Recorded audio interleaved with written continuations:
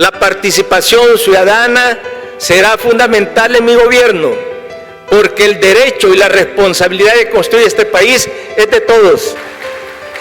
Queremos una ciudadanía activa, que haga contraloría social, que exija principios éticos a sus funcionarios. Lo he dicho muchas veces y debo dejarlo claro: los recursos del pueblo son sagrados y solo se utilizarán para favorecer el desarrollo y el bienestar del mismo.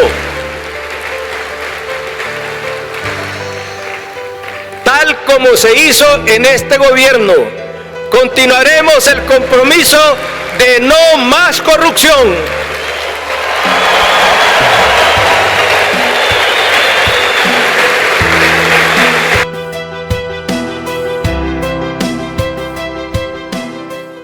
Este primer año de gestión, la Secretaría de Participación Ciudadana, Transparencia y Anticorrupción enmarcó sus actividades en dos grandes estrategias.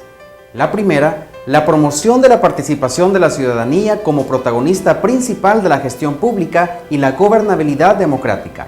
Y dos, el fortalecimiento de la transparencia, la lucha contra la corrupción y el ejercicio del derecho del acceso a la información pública. Estas estrategias fueron aplicadas en diversas líneas de acción, obteniendo resultados importantes como los que presentamos a continuación. Promovimos un espacio de diálogo entre titulares del órgano ejecutivo y más de 500 jóvenes universitarios con el propósito de intercambiar ideas sobre la gestión pública de las políticas en algunas carteras de Estado.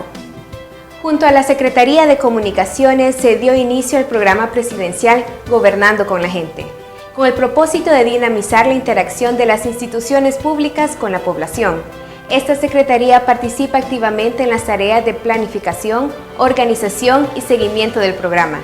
A la fecha se han realizado 20 programas con un promedio de 500 participantes por cada uno, con un total de más de 10.000 a la fecha. Como Secretaría hemos apoyado la atención de peticiones y demandas ciudadanas presentadas a la Presidencia de la República. En cada caso, establecimos las coordinaciones con instituciones gubernamentales competentes para brindar una respuesta debida y posible a lo solicitado por la ciudadanía, por ONGs y otras formas de expresión colectiva. Esto ha garantizado la atención de 78 demandas y peticiones.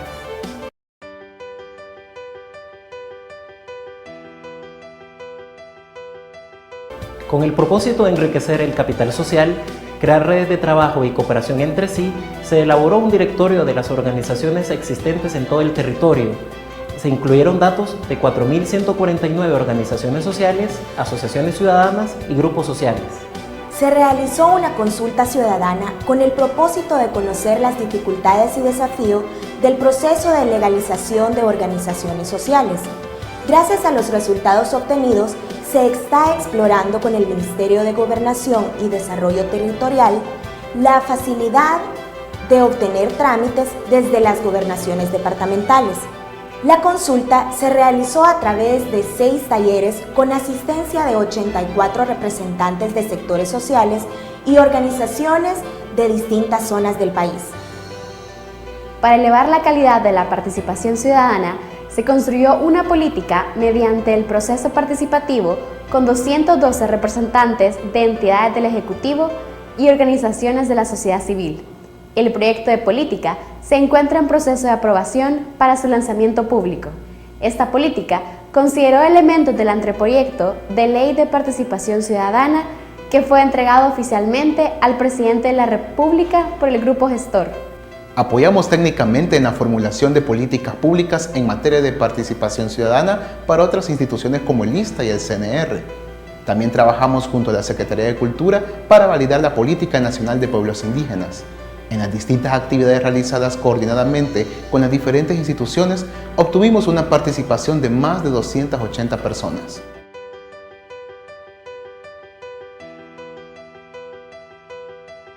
Como miembro del Consejo Nacional de Seguridad y Convivencia Ciudadana, esta Secretaría apoyó elaborando una metodología participativa de consultas sectoriales y territoriales en las que participaron más de 800 personas.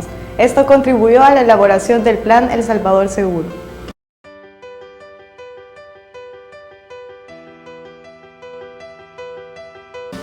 En el proyecto Red de Casas de la Cultura y la Convivencia se busca crear espacios en donde los diversos sectores y actores sociales puedan debatir ideas y construir de forma articulada con las instituciones iniciativas para concretar sus aspiraciones y mejorar la convivencia social.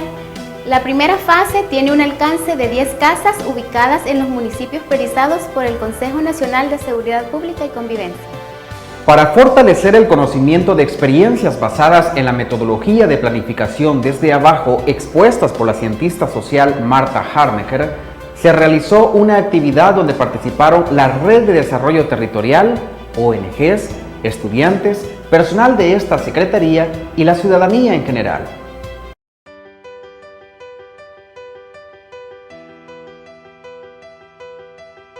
En el portal Gobierno Abierto se encuentran a disposición del público más de 60.000 documentos oficiales y 39.000 en formato de datos abiertos. En el último ranking de información pública, en el que se evaluó a 77 instituciones, el promedio de cumplimiento era del 90% en los 30 estándares de transparencia.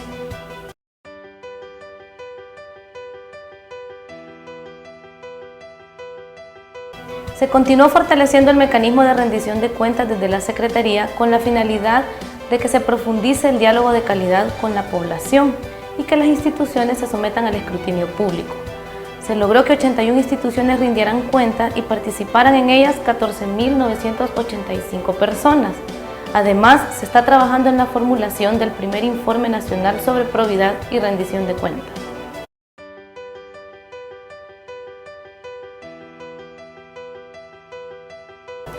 Por medio de una alianza con la sección de probidad de la Corte Suprema de Justicia, esta Secretaría promovió que el 100% de los funcionarios, 89 en total, del gabinete del presidente, profesor Salvador Sánchez Serén, presentaran la declaración jurada de patrimonio de acuerdo a lo establecido en la Ley de Enriquecimiento Ilícito de Funcionarios y Empleados Públicos.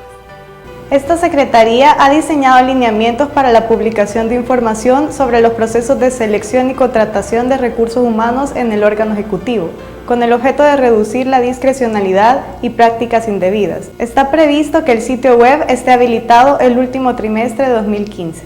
A partir de un convenio de cooperación firmado con FESPAD, se han diseñado los instrumentos de levantamiento de información para monitorear la transparencia y la corrupción de servicios públicos en el CNR y medio ambiente.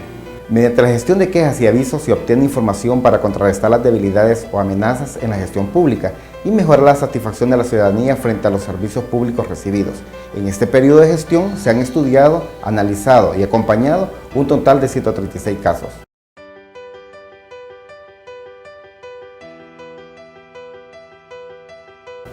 Esta Secretaría desarrolló una estrategia de control en la implementación de la política de ahorro y austeridad con el apoyo de las unidades financieras y las unidades de auditoría interna de las instituciones del órgano ejecutivo.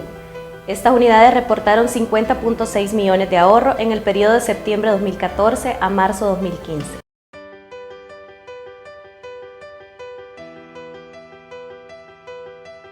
En el portal web InfoÚtil, los usuarios pueden encontrar temas socialmente útiles que la ciudadanía quiere conocer y que forman parte de la información producida por las instituciones públicas. Solo este año, el portal ha sido consultado por más de 207.000 usuarios y desde su apertura por más de 547.000. El portal de Gobierno Abierto, donde se publica información oficiosa, ha tenido más de 87.000 vistas desde su apertura en el año 2012. Además, Transparencia Activa es el medio público de la Secretaría de Participación Ciudadana y Transparencia, y desde sus inicios hemos publicado más de 4.000 artículos, logrando solo el año pasado más de 2 millones de visitas y en su historia más de 6 millones en total. El presupuesto ejecutado de la Secretaría de Participación Ciudadana, Transparencia y Anticorrupción a diciembre de 2014 fue de $3.693.427.60 y el presupuesto ejecutado a mayo de 2015 fue de $568.182.70. Con relación a los fondos de cooperación, se han ejecutado $444.645.94 que representan un 42.8% de los montos aprobados por diferentes cooperantes.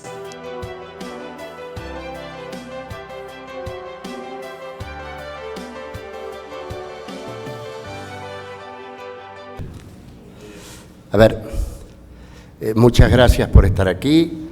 Explicarles que esta rendición de cuentas no es abierta, sino que fue por invitación, para evitar justamente la entrada a casa presidencial. Es muy complicada, pero que esto está siendo transmitido por televisión, está siendo grabado, hay un documento que da cuenta detallada de todo lo que se ha planteado, ¿cierto? Y que por lo tanto la idea no es aburrirlos con un largo informe, sino presentar, yo creo, a ver, el video que presentamos es casero, se nota por las frecuencias de voz, se terminó de trabajar ayer a las 3 de la madrugada, pero lo hizo el equipo de la Secretaría. Seguro que en 2 o 3 rendiciones de cuentas nos sale bien bonito y gratis, porque estas cosas cuestan mucha plata cuando uno sale a contratarlas, y estamos en política de austeridad, ¿verdad? A veces esa plata se puede gastar mejor arreglando una escuela o una clínica de salud, que haciendo informes maravillosos. Entonces la idea era exponerles muy rápidamente un pupurrí de las cosas que se han dicho, y yo iba a hablar 20 minutos, ahora voy a hablar 4 minutos más. Decirles, en participación estamos igual que el video, empezando con problemas. Todo el mundo habla de participación, pero hacer participación es sumamente complicado. Esta es una expectativa muy antigua. La participación en El Salvador comenzó en las comunidades, después fueron los municipios, ¿verdad? Y después el gobierno nacional. Pero la participación no es solo lo que hace la Secretaría, es lo que hace el Ministerio de Agricultura, lo que hace la Secretaría de Inclusión Social, lo que hace Concultura, Ministerio de Salud. Y los resultados son irregulares, lógicamente. Hay lugares donde hay una participación más estructurada, más abierta, más sistemática, y hay otros lugares donde hay resistencia institucional, resistencia burocrática. Algo así nos pasó con la transparencia. Por ejemplo, cuando empezamos con las rendiciones de cuentas en el 2010, hubieron titulares que llamaron por teléfono solo para decir que no la iban a hacer. Y hoy yo iba a todas las rendiciones de cuentas, ¿verdad?, para estimular que se hiciera. Hoy no he ido a ninguna salvo esta, y todo el mundo está rindiendo cuentas. Ya es un hábito, ¿cierto?, en el Estado. Lo mismo va a pasar con la participación. Lo que uno debe tratar es que algunas cosas se transformen en un hábito, pero que no pierdan el alma, que no se transformen en procedimientos burocráticos, y que sean lo más vivos y lo más auténticos posibles. Entonces, ¿cuál es mi síntesis en participación? Estamos empezando. No en abrir espacios, porque el gobierno anterior, miren, acá hay un dato que no hemos expuesto. Si solo tomamos en cuenta Casa Presidencial, durante los gobiernos del expresidente Saca, entraron un promedio de 10.000 personas al año a Casa Presidencial. Esta cifra, en el gobierno del expresidente Funes, aumentó a 34.000 personas en promedio. Y en el primer año de Salvador fueron 56.000 personas que entraron a Casa Presidencial. Yo sé que la participación no es solamente entrar a Casa Presidencial, pero en todo caso es un indicador de cuál es el nivel de apertura que tiene el gobierno, ¿no?, para hablar con todo tipo de gente, no solamente con los sectores que siempre han tenido facilidades para relacionarse con el poder. Entonces, pero, como del dicho al hecho, hay un gran trecho. Pensamos que en este periodo de gobierno lo que se van a hacer es poniendo las piedras fundamentales de un gobierno abierto. No hemos ni publicado la política, vamos a publicarla antes de fin de año. A nosotros nos ha costado también agarrar el cassette de la participación ciudadana, ¿cierto? Y entender hasta dónde. Quizás lo más novedoso es que vemos la participación no solo como un derecho legítimo de la ciudadanía, sino también como un recurso de organización y movilización que este país necesita para enfrentar sus principales problemas. Si no logramos que la gente participe en la lucha contra la violencia y por la paz, no vamos a terminar de resolver el problema. Ahora, ¿cómo participa la gente cuando tiene tanto miedo? Bueno, son cosas que hay que resolver. Eso en participación, antes de darle la palabra a ustedes. En transparencia está mejor la cosa porque ya tenemos, ¿verdad?, unos 5 o 6 años de experiencia. Realmente cada vez se suben más documentos a la web, la rendición de cuentas camina, los requerimientos de información el último año fueron 23.000, aclaro, 57.000 fueron desde que se aprobó, entró en vigencia la Ley de Acceso a la Información Pública, 57.000 solo en el Ejecutivo. En el último año fueron 23.000. Y como ustedes podrán ver en el documento, se ha denegado por reserva solo el 1.3%.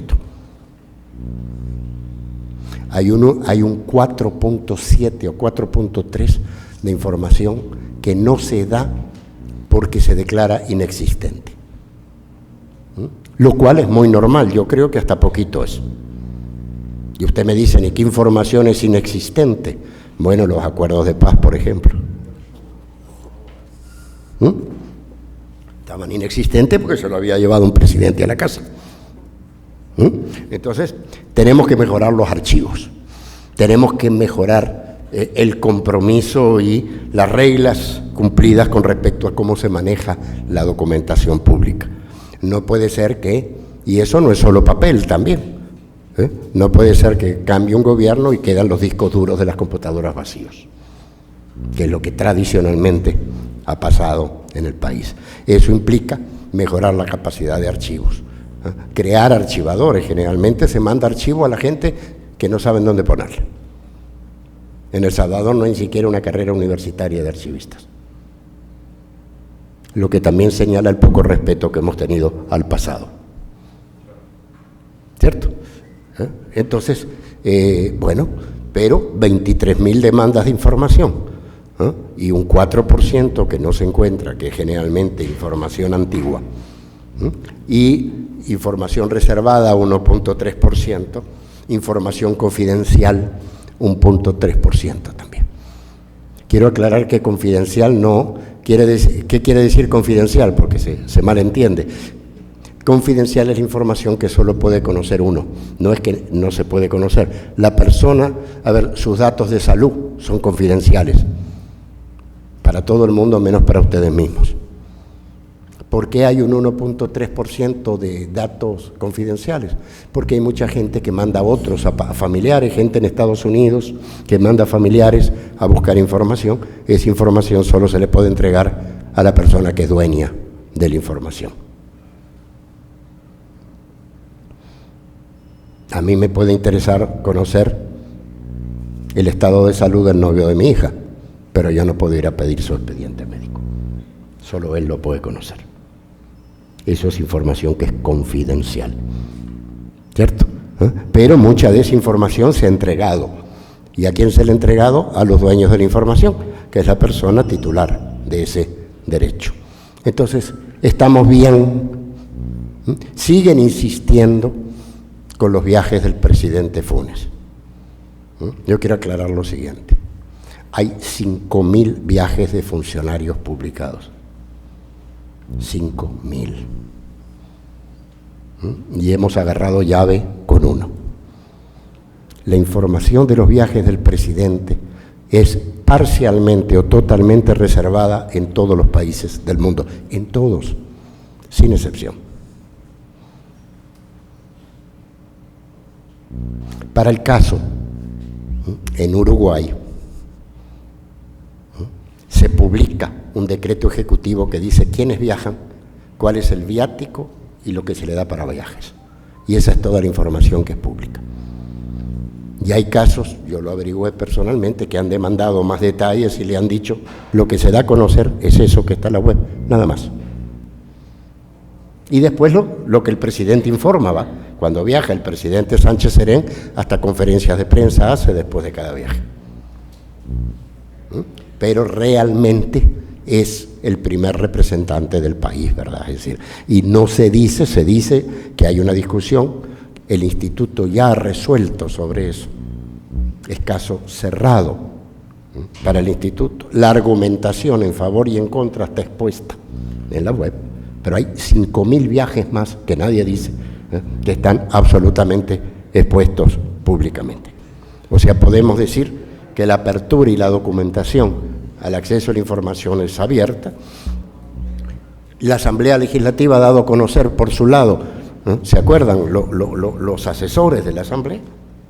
Ahora se ha dado a conocer la información referente a las declaraciones de probidad de los expresidentes. O sea que indudablemente estamos en un contexto general de avance institucional en torno a la transparencia y a la anticorrupción. Que hay más, por supuesto que hay muchísimo más, se ha empezado a caminar hace poco, pero en el campo de la transparencia y la anticorrupción, ¿no? En mi opinión, está bastante más avanzado que el de participación, ¿no? Y que demuestra que El Salvador, en comparación con otros países, está en una situación muy sólida. Por ejemplo, en Guatemala, el Instituto de Acceso a la Información Pública es la Procuraduría de Derechos Humanos, pero sus decisiones no son vinculantes, o sea, no son de obligatorio cumplimiento. Casos similares pasan en Honduras y Nicaragua, es decir, El Salvador tiene una ley muy fuerte, una buena ley, y tiene una institucionalidad desarrollada al respecto, y eso es importante tomarlo en cuenta cuando nos preguntamos por qué en El Salvador no pasa lo mismo que en Honduras o Guatemala. Y no pasa lo mismo en El Salvador porque, aunque hay mucho por avanzar, la institucionalidad se ha venido moviendo desde el 2009 en los campos de la transparencia y la anticorrupción, ¿no? Y buena parte del mérito es de toda la sociedad y las instituciones, pero el factor activador de este cambio en cuanto a voluntad política determinante fue el gobierno nacional. Y eso sí hay que reconocerlo, aunque al mismo tiempo hay que señalar cuáles son las limitantes. Yo hasta aquí llego y prefiero pasarles entonces el micrófono para que ustedes hagan preguntas o emitan opinión valorativa con respecto a cuáles son los avances o cuáles son las limitantes. ¿La qué? Muy bien, gracias, secretario. Si gusta, se queda por acá o toma asiento, dependiendo de las preguntas que hagan nuestros invitados esta mañana. Quiero presentar también a los directores de las áreas de la Secretaría de Participación Ciudadana para que también los conozcan, y si hay alguna pregunta que tienen que ver con ellos, pueden ellos perfectamente contestar. Está con nosotros el director de la Oficina del Control Interno y Auditoría de la Secretaría, que nació en 2009 y que se ha fortalecido en el nuevo gobierno del presidente Salvador Sánchez Serén, licenciado Manuel Cruz. Por lo general a esta unidad se le llama también la OXIA, es la OXIA oficialmente, pero se le conoce también como la Oficina Anticorrupción, pero bueno, se llama Oficina de Control Interno y Auditoría. También está con nosotros la directora de Participación Ciudadana, licenciada Kimberly Hernández.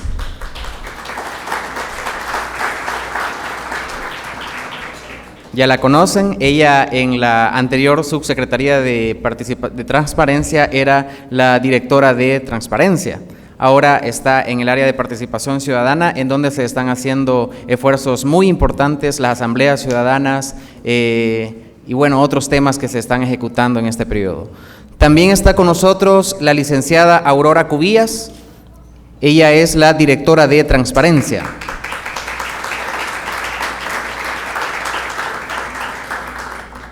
Son parte de los nuevos cambios también que hay en la Secretaría. Recientemente estaba en el área de Transparencia y de Participación y ahora asume en el área de Transparencia. También está con nosotros el director de la Unidad de Acceso a la Información Pública, licenciado Pavel Cruz. Así es que si quieren información confidencial pueden consultar con él. También está con nosotros el director de Gobierno Abierto, Fernando Marroquín, y también Transparencia Activa. Muy bien, vamos a darle espacio para que... Ya presentamos a Pavel, sí. Y también está con nosotros la directora ejecutiva de la Secretaría de Participación Ciudadana, licenciada Marta Julia Orellana.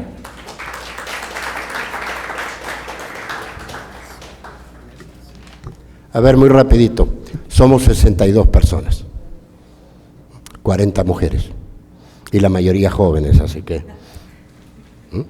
poquito más y me echan a mí también, es decir, que son la mayoría mujeres, 2/3 partes son mujeres, en la dirección la mitad son mujeres, y la mayoría gente muy joven.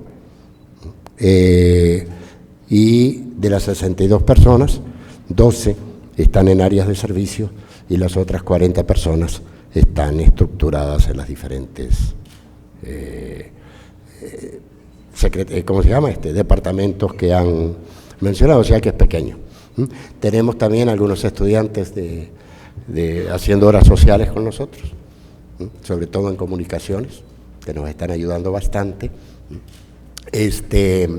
Y hay que reconocer que en el Ejecutivo hay alrededor de 300 personas trabajando en las distintas oficinas de información y respuestas. Estas son las estructuras que están llevando adelante lo que tiene que ver con transparencia. Lo de anticorrupción son principalmente las auditorías internas. ¿Cuánto?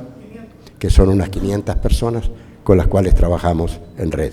Y lo de participación ciudadana van a ser las mismas oficinas de información y respuesta, o sea, no se va a contratar mucha gente nueva, sino que lo que va a hacer es que OIR es la unidad de acceso a la información pública que menciona la ley, más participación ciudadana.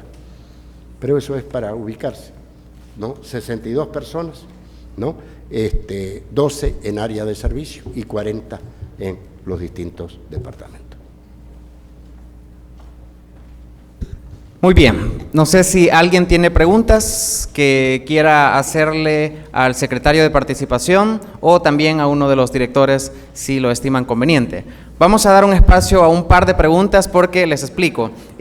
Tenemos una nueva metodología en esta rendición de cuentas y consiste en que vamos a hacer mesas de trabajo. Al final, como Secretaría, nos interesa saber cuáles son las recomendaciones que tienen ustedes, no solamente presentarles el informe, sino que ustedes nos den insumos y que nos digan hacia dónde es la ruta que tenemos que seguir en el próximo año. Vamos a hacer 3 mesas de trabajo. A ustedes se les ha entregado un gafet color rojo, verde, amarillo y azul. Están aquí a un extremo. Ahí va a haber coffee break también para que avancemos en el trabajo y ahí también van a poder hacer preguntas ya más profundas o sugerencias para el trabajo de la Secretaría de Participación. Tenemos a este lado una pregunta y por acá tenemos 3 y luego vamos a hacer las mesas de trabajo. Su nombre y de dónde nos visita. Bueno, soy Daniela Alfaro Díaz, soy una mujer transgénero, parte del colectivo de la Universidad de El Salvador. En esta ocasión sí necesito que me orienten, bueno, una pregunta a través del caso y de las experiencias que me ha tocado vivir. Por ejemplo, en el que se me negó la información, mi información personal por parte de la Fiscalía de la Universidad de El Salvador. Esa información desapareció prácticamente, hasta la fecha no se me ha entregado. Entonces, a raíz de esto, bueno, he sufrido muchas agresiones. Una de las últimas fue en que un custodio me quiso sacar a golpes del lago, cosas que he denunciado ante Fiscalía General de la República. Dice que mi caso lo está llevando Noemí Sosa, cosa que realmente es lo que yo no sé. O sea, no sé si esta persona existe, será una casa fantasma, será realmente que la Fiscalía, o sea, yo hasta la fecha quizás tengo un año de ni siquiera recibir una respuesta de parte de Fiscalía General de la República, y la verdad yo no sé, o sea, por lo menos me daría un poquito de tranquilidad que me llamaran y que me dijeran, mire, no nos interesa su caso o algo, porque hasta la fecha estoy en incertidumbre de que no veo ninguna autoridad que vele por mis derechos, ya que la misma universidad me está negando información personal. O sea, he acudido hasta la última instancia y ya no sé qué más hacer. He llegado al INEM, he llegado a casi todas las autoridades. Mi archivo de denuncias es quizás aproximadamente unas 150 y no hay institución que me respalde. Pues hemos tenido que organizarnos como colectivos para velar por nuestros derechos, porque no hay ninguna institución, ni fuera ni dentro de las instituciones, que velen por los mismos. Así que no sé si pueden orientarme para saber qué hacer en esa situación. Muy bien, muchas gracias. Solo nos repite su nombre. Daniela. Muy bien, gracias, Daniela. Vamos a darle espacio a otra persona más para que inmediatamente vayamos a las mesas de trabajo. Por acá teníamos la pregunta, el señor Ábrego de FESPAD. Bueno, gracias. Abraham Ábrego de FESPAD. Yo quería preguntar sobre el trabajo de la oficina de la OFCIO, ¿no? Yo entiendo que cuando comenzó el gobierno Funes se presentaron varios casos o denuncias de corrupción de gobiernos anteriores. Entonces, saber cómo está la situación de esos casos y si la oficina ha recibido denuncias de corrupción en los últimos dos gobiernos. ¿Y cuántas denuncias? Muy bien, tenemos dos preguntas puntuales, una dirigida a la Unidad de Acceso a la Información Pública. Bueno, la Universidad Nacional, en tanto recibe fondos del Estado, alguna respuesta debe haber. También una respuesta para la OCSIA. No sé si el secretario se quiere referir a la pregunta de la Universidad Nacional. Ok, vamos entonces a la respuesta por parte de Pavel Cruz, director de la Unidad de Acceso a la Información Pública, y luego con Manuel Cruz.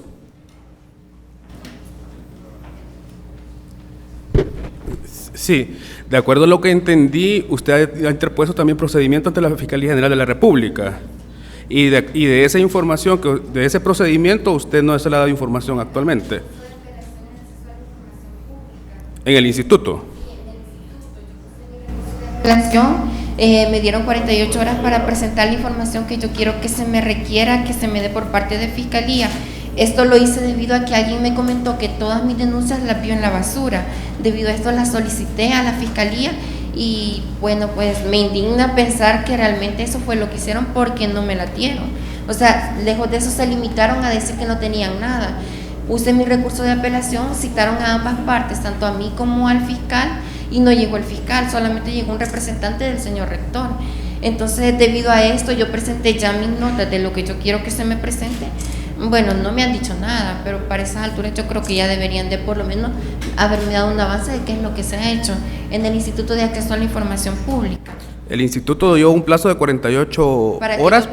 Fue lo que acordamos en la audiencia de avenimiento ese día, de que yo presentaría la información que estoy requiriendo a la universidad. Entonces yo ya presenté mi información y estoy a la espera de que me digan qué es lo que sigue. Ok, el procedimiento, si ya se celebró la audiencia de avenimiento, es que si se cumplen las condiciones o los términos que se pactaron para el avenimiento, pues el proceso se llega a un final y se le entrega la información a usted. Entiendo que como no se la ha entregado, no se logró el avenimiento y por lo tanto el procedimiento sigue en el instituto. Ahorita usted debería esperar que el instituto le señale fecha para la audiencia de pruebas. En la audiencia de pruebas, el oficial de información de la Universidad de El Salvador y su persona van a aportar los elementos probatorios que cada uno tenga y el instituto en base a eso va a decidir y en todo caso le ordenaría a la Universidad de El Salvador hacer la entrega de su información. Si ya se aceleró la audiencia de avenimiento por los plazos que ha venido manejando el instituto, yo creo que no pasa de 2 meses sin que se celebre la audiencia de pruebas y en un plazo máximo de 3 meses se le está ordenando a la Universidad del Salvador hacer la entrega de su información. El plazo de entrega que establece el instituto varía, pero al ser una información no tan complicada de obtener, entiendo por lo que usted expone, no creería que el instituto le otorgue a la Universidad del Salvador un tiempo máximo de 10 días hábiles luego de la resolución.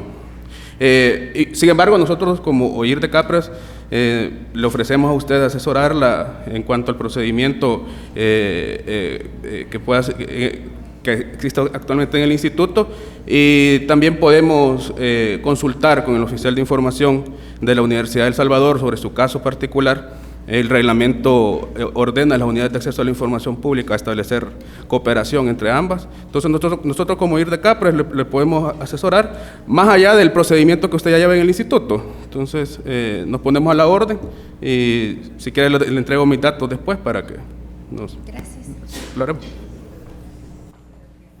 Muy bien, vamos a darle ahora la palabra al licenciado Manuel Cruz, director de la Oficina de Control Interno y Auditoría. Gracias, buenos días a todos y a todas. En efecto, como decía el licenciado Ábrego, nosotros cuando arrancamos allá en el 2009 el tema de anticorrupción era un tema básicamente nuevo, que había muchos antecedentes. De hecho, a la fecha la Secretaría, el Gobierno Central, tiene en su cúmulo de presentación 156 casos. Ya en el periodo del presidente Salvador Sánchez Serén tenemos acumulados 656 casos. Como decía ahí en el informe, son 136 casos que ha llegado de la ciudadanía en el año de gestión del presidente Salvador Sánchez, que están siendo procesados, analizados. Uno de los casos que vieron ustedes bien públicamente hace unos 15 días, caso del Ministerio de Economía. Tenemos un caso ya dentro de sede fiscal, se está siguiendo. De hecho, nosotros respetamos los niveles de poderes, pasamos el caso a Fiscalía, ahí queda el procedimiento, no hay en este momento una comunicación bilateral entre Fiscalía y el Ejecutivo para el seguimiento del caso. Tratamos de implementarlo hace 4 años, pero se nos volvió un poco imposible, pero sí los casos se siguen recibiendo a través de la Secretaría, a través de la oficina que me toca dirigir, la Oficina de Fortalecimiento del Control Interno. De hecho, tenemos un caso que queremos que nos apoye FESPAD para adelantarle, ¿verdad? Así que eso le puedo comentar en el caso. Seguimos analizando los casos, seguimos recibiendo de la ciudadanía por todos los medios los casos y vamos adelante con el tema. Gracias.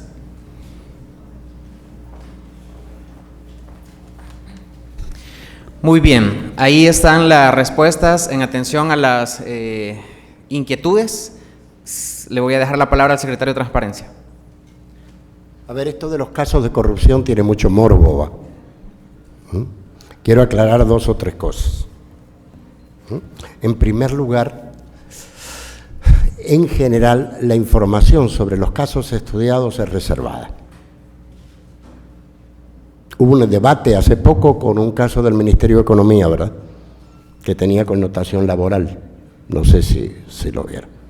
Al final el Ministerio de Economía publicó el documento que entregamos como Secretaría. Nosotros no lo publicamos. Yo en lo personal no lo hubiera publicado. Porque es un estudio. Nosotros no somos la Fiscalía ni un juez. Y esos documentos tienen mucha información personal. Entonces, si usted le pregunta a la gente, todo el mundo quiere saber todo, le sirva o no le sirva. Pero en realidad, cuando uno, yo lo decía hace un momento en la conferencia de prensa, uno debe tener 2 cosas. Primero, un principio de máxima publicidad y al mismo tiempo un principio de total responsabilidad. Entonces, cuando hay información que tiene que ver con la privacidad de las personas o valoraciones del empleo, ¿verdad? Es decir, uno puede hablarlo con la persona debe poder requerir esa información.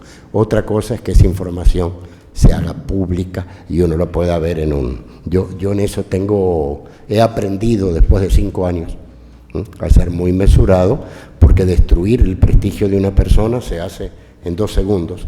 Mire el médico ahora con el asunto de los niños en el hospital. Y reconstruir eso es como el sistema nervioso. Tiene que inyectar vitamina B durante 2-3 años para que vuelva a funcionar. Entonces hay que tener responsabilidad.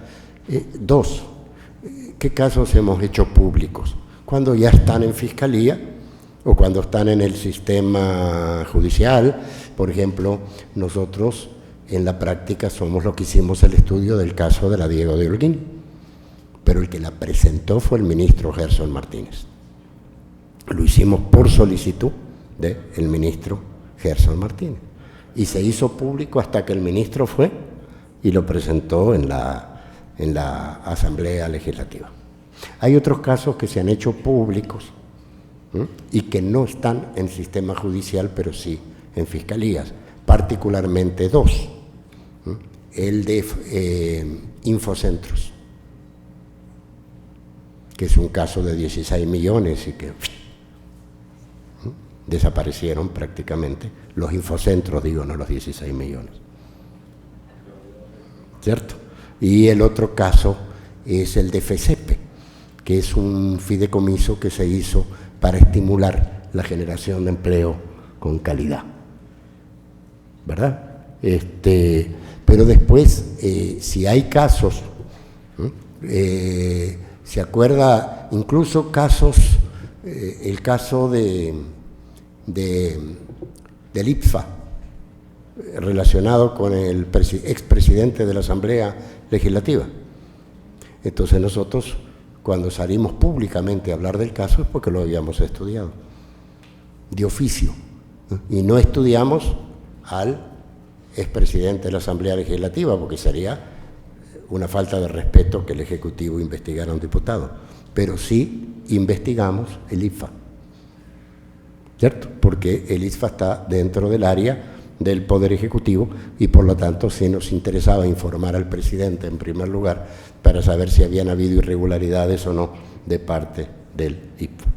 Entonces nosotros, por demanda de la población, por demanda de un funcionario o de oficio, cuando hay un caso que está muy fuerte en los medios y que involucra a un titular del Ejecutivo, siempre hacemos un informe para el titular o incluso para el presidente, ¿cierto?, para que se tenga la información. En algunos casos pueden haber medidas administrativas, cuando son casos relativamente pequeños, porque no son todos casos mayores, y en otros casos van a fiscalía y en otros casos nada, porque también algo que aprende uno en transparencia es que un alto porcentaje de los avisos y denuncias es más malo el que avisa, es más malo el que denuncia que el denunciado. ¿Cierto? Si usted quiere destrozar a una persona, en realidad uno puede pervertir hasta la cruz de Cristo, ¿verdad? Es decir, todo puede ser usado y los abogados lo saben, para bien o para mal. Por lo tanto, uno no debe partir de que todo aviso o denuncia realmente implica, bueno, yo lo puedo decir, ¿verdad? Si yo fui demandado, yo estoy demandado en Fiscalía, estoy demandado en la Corte, fui demandado en el Tribunal de Ética Gubernamental, en el periodo anterior, de parte de una empresa que era la que vendía los puentes Bailey. Y el problema fue que durante 30 años o 40 se les había comprado los puentes Bailey a ellos y que el ministro Gerson Martínez decidió revisar esas licitaciones y buscar otras compras más baratas. Inmediatamente hubo demanda, tanto para el ministro Gerson Martínez como para mi caso, ¿verdad? Y en realidad después resultó que la empresa que puso la demanda a través de su representante en El Salvador, que es un conocido abogado, ¿no?, estaba en una hoja web del gobierno de Inglaterra, es una empresa inglesa, ¿no?, por diversos casos de involucramiento en casos de corrupción en el tercer mundo. ¿Cierto? Entonces, digo, esto es una rendición de cuentas, también sirve para recibir información, pero hay que tratar de superar los razonamientos simples, ver que hay mucho por avanzar, ¿no?, pero que no todo aviso y denuncia implica que la persona es culpable, sobre todo cuando los medios de comunicación a veces ¿no? Publican, juzgan y condenan, ¿verdad? Antes de que una persona haya tenido el debido proceso.